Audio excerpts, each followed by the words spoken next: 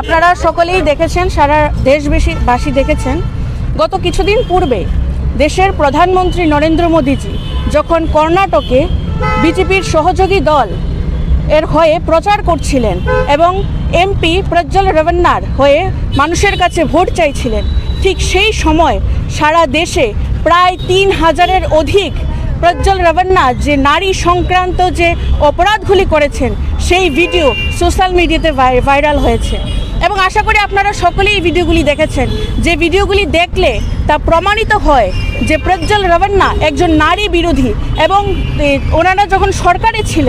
উনি একজন দেশের প্রাক্তন প্রধানমন্ত্রীর পরিবারের লোক, তারা যখন সরকারে ছিল যেই সমস্ত মহিলারা ওনাদের কাছে সাহায্যের জন্য গেছেন, প্রত্যেকটি মহিলাকে তারা বিভিন্ন রকমভাবে নির্যাতন করেছে, ধর্ষণ করেছে এবং মহিলা বিরোধী অপরাধের সঙ্গে তারা যুক্ত রয়েছে। এই ভিডিওগুলি সোশ্যাল মিডিয়াতে ভাইরাল হওয়ার সঙ্গে সঙ্গেই প্রজ্জ্বল রেভান্না দেশ ছেড়ে বিদেশ পালিয়ে গেছে। এবং মোদী সরকার এবং অমিত শাহজি, আমরা বিভিন্ন ফটোতে দেখেছি, সোশ্যাল মিডিয়াতে বিভিন্ন ফটো দেখেছি, ওনাদের পরিবারের সঙ্গে তার ফটো রয়েছে গত কিছুদিন পূর্বের।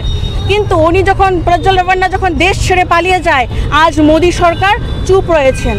প্রধানমন্ত্রী নরেন্দ্র মোদী স্লোগান দিয়েছিল বেটি বাঁচাও বেটি পড়াও, কিন্তু যখনই বিজেপির সহযোগী দল কিংবা বিজেপি দলের কোনো শাসক দলের কোনো এমপি এমএলএরা মহিলা বিরোধী অপরাধের সঙ্গে যুক্ত হন, ঠিক সঙ্গে সঙ্গেই মোদী সরকার বেটি বাঁচাওয়ের স্লোগান ভুলে গিয়ে ধর্ষক বাঁচাওয়ের অবতীর্ণ হন।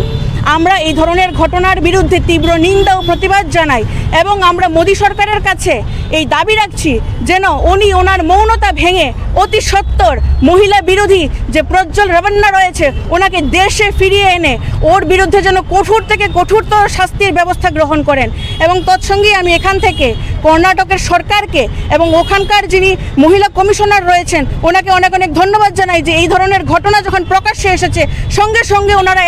এসআইটি গঠন করেছেন এবং ওখানকার মুখ্যমন্ত্রীকে চিঠি লিখে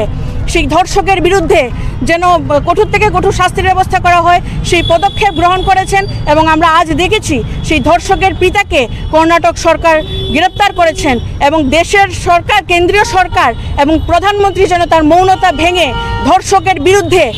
এবং দেশের মহিলাদের যেন ন্যায় পাইয়ে দেয়, আমরা সেই দাবি রাখছি।